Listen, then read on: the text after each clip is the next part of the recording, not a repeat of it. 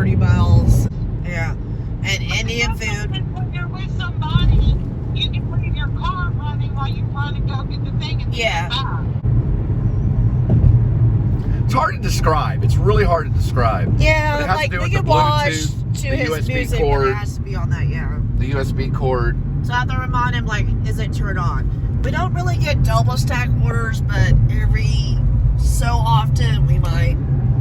There's this pizza place called Tommy's Romas or something. We got like 2 pizza orders, and it was what, $33. That was pretty much. Oh, okay. I know what you're talking about. I know what you're talking about. What? I know what you're talking about. Yeah, they're actually really good. Yeah. Yeah. Oh, Kim, what were you saying? Oh, So we're I know a passing lot the about church. Hold on real Lutheran. quick. Yeah, this is the All Lutheran. right, so it says St. Paul. God sent Jesus to be Savior of the world, and on the back says, by grace you have been Saved. saved. Something. Right. But no. All right, that's the moon I saw. Same moon I saw when we were doing Batchstick Game, which is a horror film I did in 2003-ish. And it was set in Texas. I don't know where the footage is. But we saw this moon over a lake, and it had a ring around it, just like that, while we were shooting the film, the horror film. And I was playing a character named Trent. Yeah, I'm gonna have to look it up. Yeah. Isn't that something? I guess so. Yeah, Kind of spooky. She's 30 years older, because I think when she did Luke Who's, Very Luke Who's spooky. Talking, I think at the time she was 40, Yeah, we so heard that about makes Kirstie sense. That's Alley. 30 years ago. Yeah, that makes sense. Rest in peace.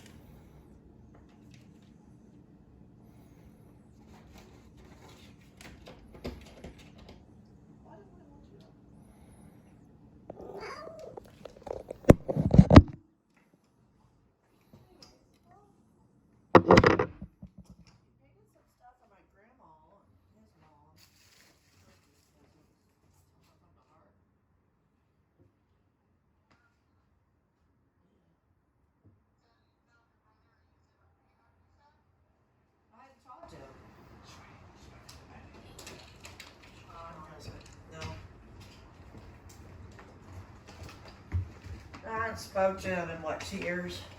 Ever since my car, yeah. This is a say-so from my grandpa. He showed up at my grandpa's house or something in Edgewood, Texas, and something happened. Let's go somewhere to stay. And they're dealing with their own problems. They pretty much said, you get the fuck out.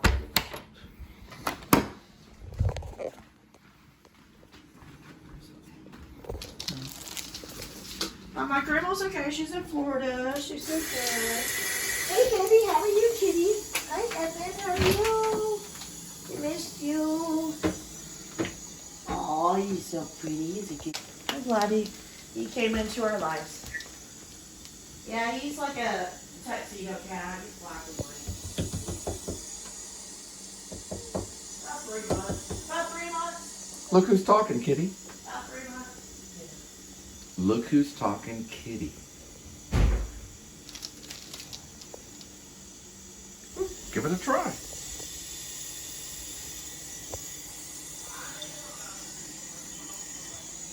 It's what you like. Yeah, maybe another time.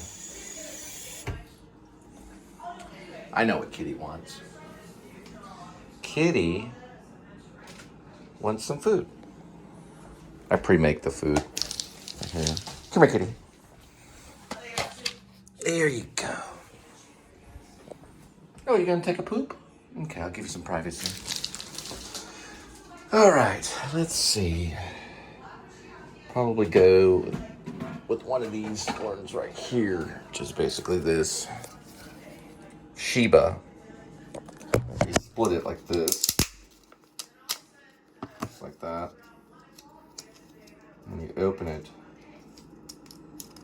just like this. So it looks like that. Then it goes to Kitty. So as soon as Kitty gets done pooping, he's got some Sheba. You still pooping? Okay. Let Kitty poop. Really, my ritual with my cat usually is he'll go to the water. He likes it from the faucet. So he gets it from the faucet. And then he goes and gets his food and then he poops. He takes a nap. And if he gets really kind of irritable, then he'll try to claw you. All right. Nothing new under the sun. That's what they say. All right.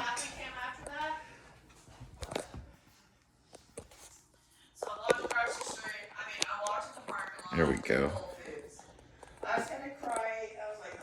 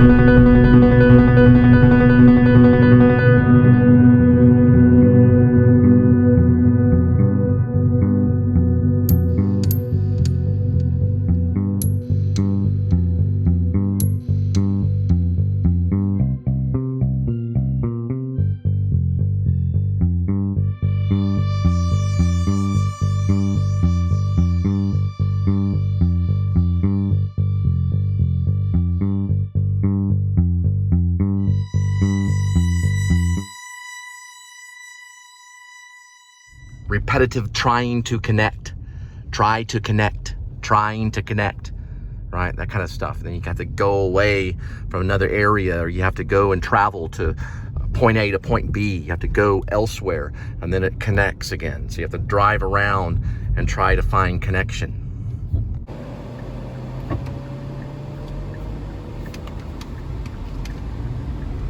I thought that was really nice right here.